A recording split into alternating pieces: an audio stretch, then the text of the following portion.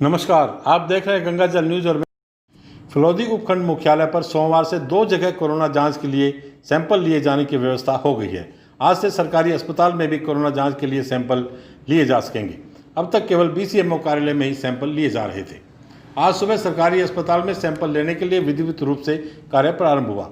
पहले दिन 27 सैंपल लिए गए। काफ़ी समय से यह महसूस किया जा रहा था कि अस्पताल में काम करने वाले चिकित्सकों व कार्मिकों को जांच करवाते रहना चाहिए। गर्भवती महिलाओं, ऑपरेशन योग्य मरीजों तथा ILI लक्षणों वाले रोगियों को कोरोना जांच के लिए सैंपल देने के लिए 3 किलोमीटर दूर BCMO कार्यालय जाना पड़ता है। इन सब के लिए सरकारी अस्पताल में ही सैंपल लिए जाने की व्यवस्था होनी चाहिए। PMO डॉक्टर मधु शर्मा व डॉक्टर चैन सुख सोनी ने उच्च अधिकारियों से बात की तो उन्होंने सहर्ष इसकी स्वीकृति दी। अस्पताल को कोविड-19 टेस्टिंग स्टेशन भी मिल गया और इसके साथ ही तैयारी शुरू कर टीम का गठन किया गया। पहले दिन PMO डॉक्टर मधु शर्मा ने सैंपल देकर जांच कार्य प्रारंभ करवाया। प्रतिदिन सुबह 10 से 12 बजे तक सैंपल लिए जाएंगे। जांच कार्य के लिए गठित टीम के लिए डॉक्टर अभिषेक अग्रवाल व नर्सिंग प्रभारी SP चांडा को प्रभारी बनाया गया है। राजेश शर्मा तकनीकी सहायक, विकास शर्मा कंप्यूटर ऑपरेटर व दिनेश स्वामी वार्ड बॉय टीम के सदस्य हैं। सरकारी अस्पताल में सैंपल लेने का कार्य प्रारंभ किए जाने से BCMO कार्यालय को कुछ राहत अवश्य मिलेगी। जैसे जैसे शहर में कोरोना पॉजिटिव की संख्या बढ़ रही है, वैसे वैसे जांच करवाने वालों की संख्या भी बढ़ रही है। आज BCMO कार्यालयों में 113 सैंपल लिए गए, अर्थात आज 113 सैंपल BCMO कार्यालय में और 27 सैंपल सरकारी अस्पताल में लिए गए। इस प्रकार कुल 140 सैंपल आज लिए गए हैं। हमने इस संबंध में PMO डॉक्टर मधु शर्मा से भी बात की।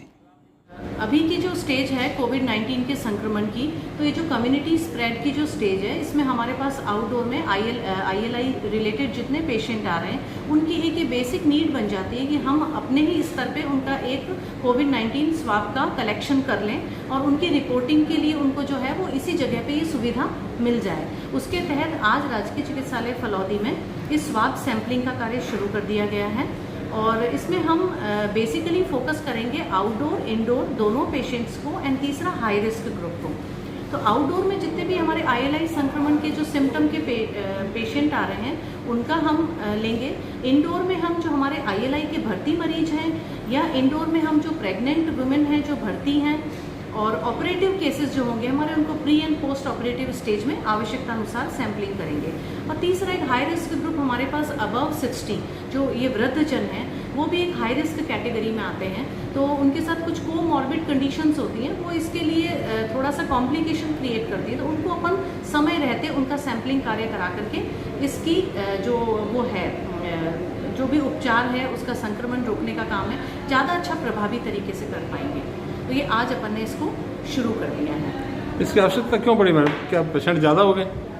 इसकी आवश्यकता यूँ है कि जो राजकीय चिकित्सालय जो है वो एक यहाँ पे काफ़ी बड़े कैचमेंट से यहाँ पे आउटडोर में मरीज आते हैं।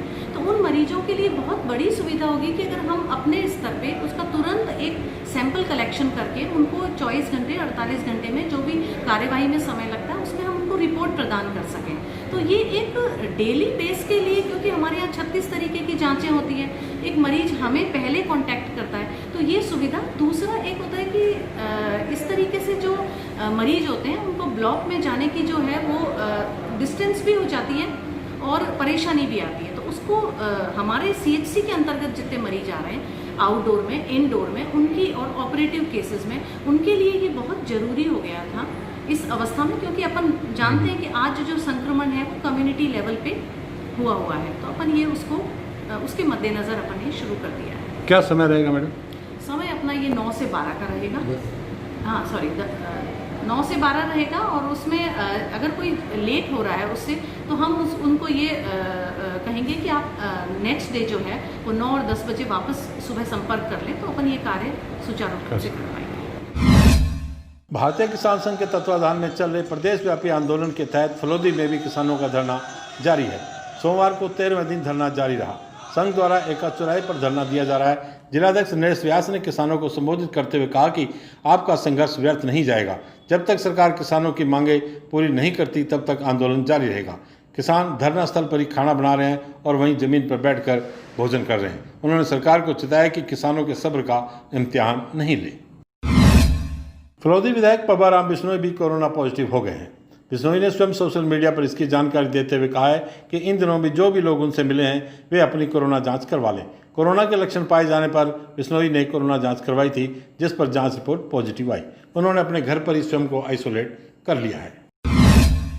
जोधपुर विद्युत वितरण निगम श्रमिक संघ जिला वृत्त के अध्यक्ष कर्ण सिंह राजपुरोहित के नेतृत्व में आज एक प्रतिनिधि मंडल ने समस्याओं के समाधान की मांग को लेकर एससी के नाम का ज्ञापन एक्शन फ्लोदी को सौंपा। ज्ञापन में समस्याओं का समाधान नहीं होने पर धरने की चेतावनी दी गई है। ज्ञापन में कहा गया है कि भोपालगढ़ से जिला वृत्त के पदाधिकारी का द्वेषपूर्ण भावना से स्थानांतरण किया गया है। स्थानांतरण तत्काल प्रभाव से निरस्त किया जाए। इंजीनियर, सुपरवाइजर व उससे नीचे के स्तर के सभी प्रमोशन तत्काल किए जाएं। तकनीकी कर्मचारियों के टीए बिल का भुगतान तथा फरवरी में बाप के तकनीकी कर्मचारी नरेंद्र कोहली की फॉल्ट निकालकर वापस आते समय सड़क दुर्घटना में मौत का आज तक किसी प्रकार का भुगतान नहीं हुआ है और न ही उनके आश्रित को अनुकंपा नियुक्ति मिली है। जिला वृत्त में ज्ञापन में कहा गया है कि भोपालगढ़ से जिला वृत्त के पदाधिकारी का द्वेषपूर्ण भावना से स्थानांतरण किया गया है। स्थानांतरण तत्काल प्रभाव से निरस्त किया जाए। इंजीनियर, सुपरवाइजर व उनसे नीचे के स्तर के सभी प्रमोशन तत्काल किए जाएं। तकनीकी कर्मचारियों के टीए बिलों का भुगतान तथा फरवरी में बाप के तकनीकी कर्मचारी नरेंद्र कोहली की फॉल्ट निकालकर वापस आते समय सड़क दुर्घटना में मौत का मामला भी अभी तक पेंडिंग है। उसको किसी प्रकार का भुगतान नहीं हुआ है, ना ही उसके आश्रित को अनुकंपा नियुक्ति मिली है। जिला वृत्त में कार्यरत 2007 के आईटीआई तकनीकी कर्मचारियों के नए कैडर के प्रमोशन 12 वर्ष पूर्ण होते ही करने थे, लेकिन उनकी नियुक्ति के 13 वर्ष पूर्ण हो चुके हैं। उनका पद अपग्रेडेशन नहीं किए जा रहे हैं, वह किए जाएं तथा समस्याओं का 15 दिन में निराकरण नहीं होने पर 2 सितंबर से धरना देने की चेतावनी दी गई है। इस अवसर पर फिरोज खान, नेताराम माली, रामकेश मीणा, भगवान राम बिश्नोई, कपूर चंद माली, हरीश वर्मा, देवी सिंह भाटी, नारायण पवार, रामचंद्र मेघवाल आदि मौजूद थे।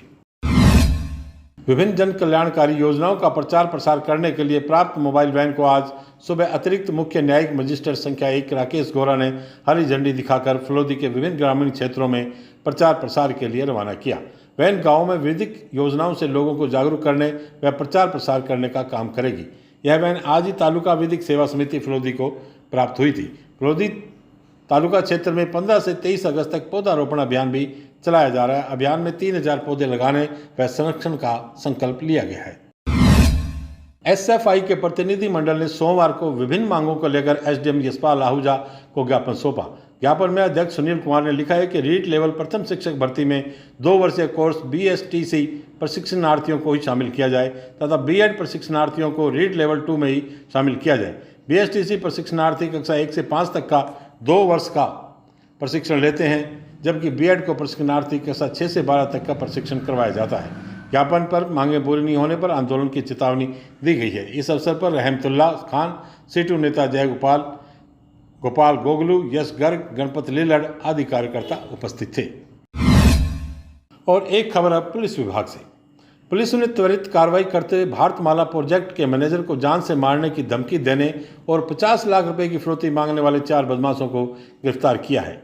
एसपी ग्रामीण राहुल बारठ ने बताया कि इस जुर्म में राजू उर्फ राजिया मांझू निवासी जंबेश्वर नगर पुलिस थाना लोहवट, हड़मान उर्फ लादेन बिश्नोई निवासी सिरमंडी पुलिस थाना ओसियां, मनीष सेखानी बिश्नोई निवासी जंबेश्वर नगर पुलिस थाना लोहवट तथा पप्पू राम उर्फ बबलू बिश्नोई निवासी हंसादेव पुलिस थाना लोहवट को गिरफ्तार किया गया है। उन्होंने बताया कि मातोड़ा थाना क्षेत्र में चल रहे भारतमाला प्रोजेक्ट के काम में बाधा पहुंचाकर परियोजना मैनेजर को 13 अगस्त की रात को पिस्टल तानकर वह तलवारें लहराते हुए धमकी दी कि यहाँ काम करना है तो हमारे को 50 लाख रुपए फिरौती के रूप में देने होंगे, नहीं तो जान से मार देंगे। जिला विशेष टीम के सदस्य देवाराम बिश्नोई ने अपने मुखबिरों को सक्रिय किया तो पता चला कि राजू मांझू अपने साथियों के साथ बीकानेर के बज्जू क्षेत्र में है। इस पर जिला विशेष टीम के साथ additional SP Phalodi Deepak Sharma, DSP पारस सोनी, राजीव बहादुर इंस्पेक्टर, मतोड़ा थानाधिकारी नेमाराम निनानिया, बाप थानाधिकारी हरि सिंह राजपुरोहित, लोअर थानाधिकारी इमरान खान, ओसिया थानाधिकारी बाबू राम डेलू की अलग अलग टीमें बनाकर बीकानेर जिले के बज्जू में स्थानीय नेता भागीरथ तेतरवाल ने अपने रहवासी मकान में जानबूझकर आलीशान एयर कंडीशन हॉल में बदमाशों को शरण दी हुई थी। पुलिस टीमों ने छापा मारकर इन चारों को दस्तयाब किया। इनके विरुद्ध जोधपुर रेंज व बीकानेर के कई थानों में डकैती, लूट, हत्या, मादक पदार्थों की तस्करी के अनेक प्रकरण चल रहे हैं जिनमें ये वांछित हैं। राजू मांझू जोधपुर रेंज का टॉप 10 वांछित अपराधियों में से एक है, जिस पर 10,000 का इनाम है, जो कई दिनों से फरार चल रहा था। लादेन जमानत पर चल रहा है। बाप संवाददाता कविकांत खत्री के अनुसार ग्राम पंचायत सुरपुरा के राजकीय उच्च प्राथमिक विद्यालय कलरा बेरा में सैनिक पुखराज पूनिया द्वारा विभिन्न प्रजाति के 111 पौधे लगाए गए हैं।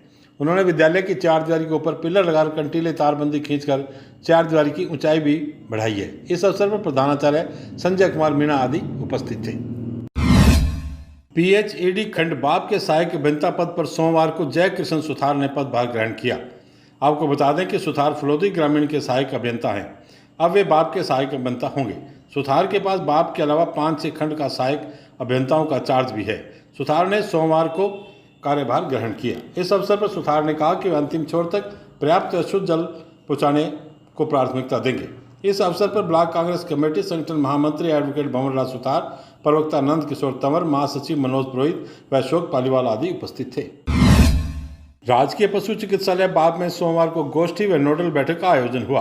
बैठक में डॉक्टर संत त्यागमूर्ति ने कहा कि मोक्ष प्राप्ति का सबसे बड़ा साधन गाय है। गाय में 33 कोटि देवी देवताओं का वास रहता है। वरिष्ठ पशु चिकित्सा अधिकारी डॉक्टर उमेश ने पशु चिकित्सा कर्मियों को आवश्यक दिशा निर्देश देते हुए मासिक प्रगति रिपोर्ट ली। इस अवसर पर सुभाष चंद्र, संगमलता, सोम प्रकाश चौधरी, आशु सिंह, महिपाल बिश्नोई, नरेंद्र शुक्ला, ठाकुर भंवर सिंह आदि उपस्थित थे। आज बस इतने समाचार। कल फिर आपसे मुलाकात होगी। तब तक के लिए मुझे दे आगे। धन्यवाद। शुभ रात्रि।